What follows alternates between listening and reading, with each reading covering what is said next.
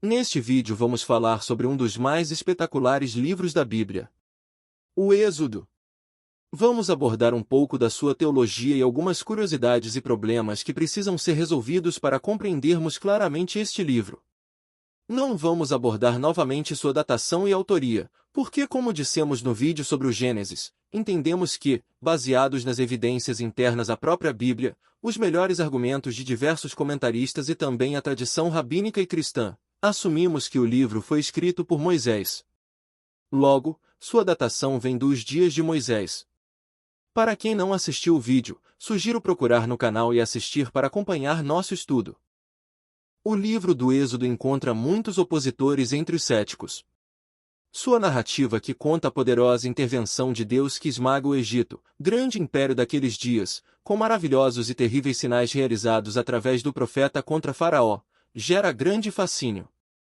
Porém, os descrentes insistem em dizer que é espetacular demais. De fato é. Porque Deus é espetacular. Não há limites para seu poder e seu agir. Ninguém pode sequer pensar em colocar-se no mesmo nível de poder, majestade e glória. Neste momento, precisamos rebater algumas acusações quanto à veracidade da história contada no livro. A primeira grande crítica à historicidade do livro do Êxodo é, segundo os céticos, a falta de evidências que o povo hebreu foi escravo no Egito. O professor de arqueologia da Universidade de Tel Aviv, Israel Finkelstein e Escher Silberman, diretor de interpretação histórica do Centro Ename de Arqueologia Pública e Apresentação do Patrimônio Cultural na Bélgica e editor da revista Archaeology, falam da existência de fontes arqueológicas e históricas independentes do texto bíblico que relatam a migração de hebreus para o Egito e sua expulsão com o uso de força. O fato de que o Egito foi governado por Hyksos, um grupo de origem semita, entre 1638 e 1530 a.C., se alinha com a receptividade nos dias de José e a virada narrada no texto que afirma que subiu ao trono um faraó que não conheceu a José e que resolveu escravizar o povo. Os diversos nomes egípcios entre os hebreus como o próprio Moisés, Ófine e Finéias. Estes argumentos factuais mostram por si que o texto de Êxodo é histórico sim. Não há dúvidas que a história relatada em Êxodo é o relato histórico do tempo que Israel entrou no Egito, sua condição de escravo após a morte de José e todos que o conheceram e de uma grande libertação dada por Deus ao seu povo. Resolvida a questão histórica, precisamos entender quem foi o faraó do Êxodo. Este é sem dúvida nenhuma um dos mais empolgantes debates da Bíblia. Muitos articulistas bíblicos sugerem que o faraó do Êxodo foi Ramessés II. Esta posição se baseia no relato do tempo em que o povo foi feito escravo, afirmando que estes foram forçados a construir as cidades de Pitom e Ramessés. Você encontra este relato em Êxodo capítulo 1, verso 11. Entretanto, existem diversas dificuldades nesta interpretação. Primeiro, Ramessés governou no Egito entre os anos de 1290 e 1224 a.C. Até aí não é problema. O problema é quando lemos os capítulos 5, 6 e 7 de 1 Reis. Nele vemos a construção do templo que Salomão construiu para Deus, em cumprimento da promessa que Deus fez a Davi que seu filho construiria o templo. No capítulo 6, verso 1 de 1 Reis, vemos que no ano 480 depois da saída de Israel do Egito, ou seja, 480 anos depois do Êxodo, começaram as obras de construção do templo. Vamos fazer a conta. Salomão começou a reinar em 970 ou 971 a.C. O texto de 1 Reis, capítulo 6 verso 1, afirma que ele começou a construção no 4º ano de seu governo.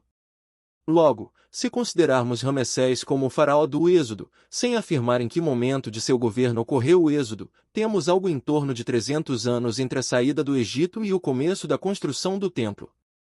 A datação dos eventos não são coerentes. Outro grande problema é quando o articulista defende que Faraó morreu no Mar Vermelho. Isto é um grande problema, porque sabemos que Ramessés morreu por volta dos 66 anos de idade, sofrendo de artrite e má circulação, padecendo dessas enfermidades. Entretanto, se formos ajustar a data ao personagem, chegaremos a Tutmoses III. Este sim tem fortes indícios de ter sido o faraó do Êxodo. Seu pai, Tutmoses II, reinou por volta de 1510 a.C. Segundo Manetão, historiador egípcio do terceiro século a.C., lhe atribui um reinado de 13 anos. Este tempo é questionado por egiptólogos modernos que sugerem apenas 3 anos de governo deste rei. Após sua morte, sua esposa, Hatshepsut, assume o poder e reina 20 anos, enquanto o filho de Tutmose II, que não era filho dela, ainda não estava pronto para reinar. Isto ocorre por volta do ano 1460 a.C. No poder, ele expande os domínios egípcios até a Palestina, indo até o rio Eufrates e Síria, sendo inclusive apelidado de Napoleão do Egito. Foi também um grande construtor, responsável pela construção de grandes cidades e monumentos. Ele deveria ter sido sucedido por seu filho primogênito Amenemhat, que de forma misteriosa some da história e é substituído por outro filho, Amenófis II. Ainda devemos lembrar que para Flávio Joséfo, historiador judeu do primeiro século, este é o faraó que morre na saída do povo hebreu do Egito. Entretanto, alguns ainda persistem em dizer que é Ramessés, afinal, o texto de Êxodo nos diz que foi na construção da cidade de Ramessés que o povo começa a sofrer com a escravidão mais dura. Porém, existem pontos a serem observados aqui. Primeiro, como vemos em diversas partes do Pentateuco, é citado o nome de lugares que só receberam certos nomes como Dan, depois da divisão de Canaã. Certamente, nas diversas cópias que foram feitas do livro do Êxodo, a fim de não se perder o espaço geográfico em que os fatos ocorreram, o copista contemporâneo a Ramessés registrou este nome para se manter a localidade. Segundo, Ramessés não levantou cidades do nada. Era muito comum entre os faraós que um sucessor levantasse algo sobre uma outra obra e refundasse aquele lugar como sendo dele. Para os faraós, era muito importante manter seu nome eternizado na história. Sabemos inclusive que Ramessés foi um dos faraós que mais praticou este ato de tomar para si o que fora construído por outros, mudando inclusive estátuas para que fossem dadas como suas. Poderíamos ainda falar do papiro e puver.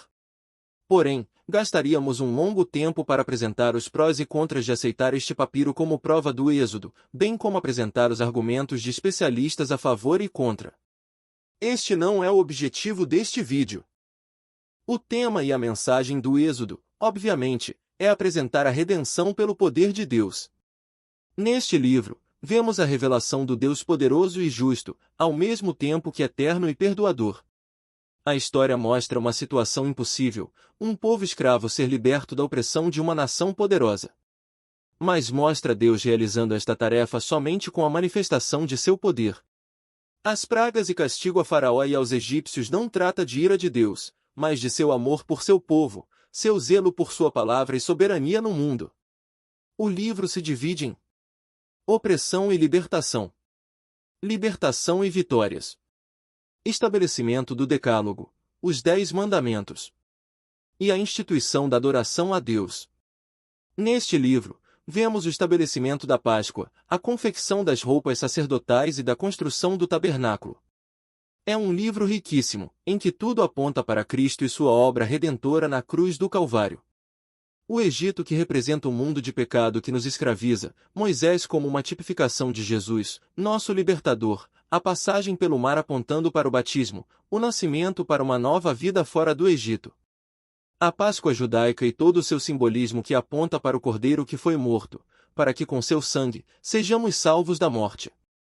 A lei gravada nas tábuas de pedra, que hoje estão gravadas em nossos corações. Um livro fundamental para a compreensão de muitos dos símbolos de nossa fé. Espero que você tenha gostado tanto deste vídeo como eu gosto do livro do Êxodo. Inscreva-se, curta e compartilhe este vídeo. Se você é novo em nosso canal, aproveite para assistir nossos outros vídeos. Nos ajude a espalhar um pouquinho de boa teologia na internet. Fique na paz de Cristo e até o próximo vídeo.